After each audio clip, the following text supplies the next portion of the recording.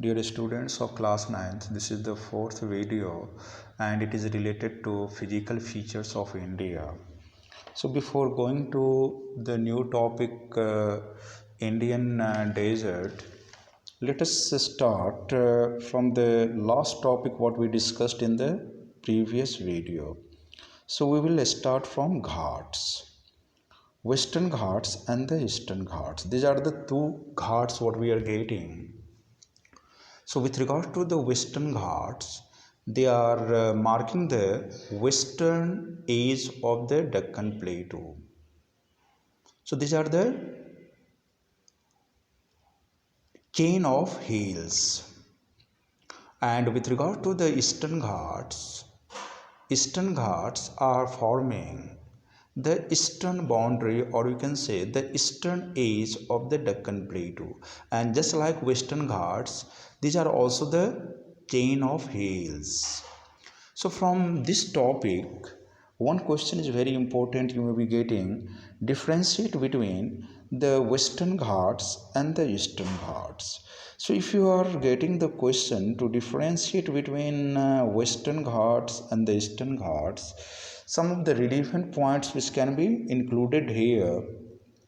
With regard to the Western Ghats, just I have told you, first point what you can include, Western Ghats are marking the western edge or the western boundary of the Deccan Plateau. And with regard to the Eastern Ghats, they are marking the eastern edge or the eastern boundary of the Deccan Plateau.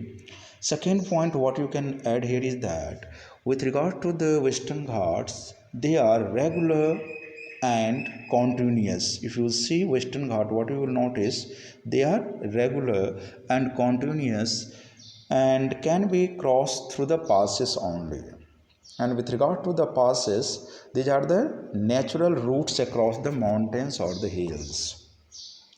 And with regard to the Eastern Ghats, they are discontinuous and irregular and dissected by the east flowing peninsular rivers. You can see that Eastern Ghats are broken at several places. Third point, with regard to the Western Ghats, they lie parallel to the Malabar coast, and with regard to the Eastern Ghats, they lie parallel to the Coromandel coast. Another point what you can add here with regard to the Western Ghats, they are comparatively higher in elevation and their average elevation is in between 900 to 1600 meter. And with regard to the Eastern Ghats, they have comparatively lower elevation and their average elevation is about 600 meters above the mean sea level. Next point what we can count here, with regard to the highest peak what we are getting in the Western Ghat, that is Anai Modi. It is having the height of about 2695 meters. And in Eastern Ghat, the highest peak what we are getting is Mahendragiri, and it is having the height of about 1501 meters above the mean sea level. So you will make the note in your fair copy. The new topic what we will discuss today, that is Indian desert. So with regard to the Indian desert, this desert lies towards the western margin of the Aravalli Hill. And name of the desert, Indian desert, is the Thar Desert. And this desert is an undulating sandy plain covered with sand dunes. Undulating means a landform which is having wavy appearance. Such landmass is known as undulating landmass. And with regard to the sand dunes, what you might have studied in junior classes also, a small hills of sands in the desert, or you can say hillocks of sands in the desert, are known as sand dunes. And all of you know that in arid and semi-arid areas, winds are very active, and sand dunes are formed due to the depositional action of winds in the desert. Now let us discuss about the climatic condition what we are getting in the desert part of our country. So in Thar Desert, as you know that this desert is an example of the tropical desert, or you can say the hot desert. So here climatic condition is arid type, and with regard to the rainfall, Thar Desert receives very low rainfall below 150 millimeter per year, and due to low rainfall and arid climatic condition, streams or river appears during the rainy season only, and as they are having very less water, so these streams are unable to reach the sea.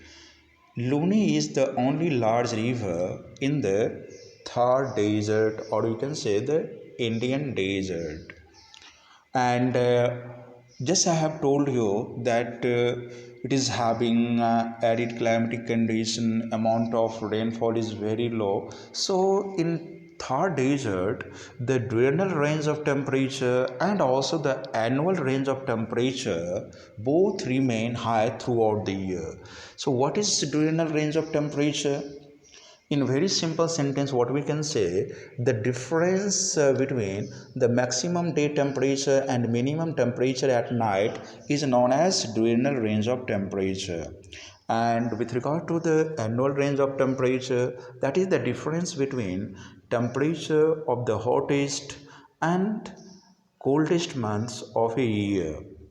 So both the diurnal and also the annual range of temperature always remain high in the tropical desert of our country, or you can say the Thar desert of our country.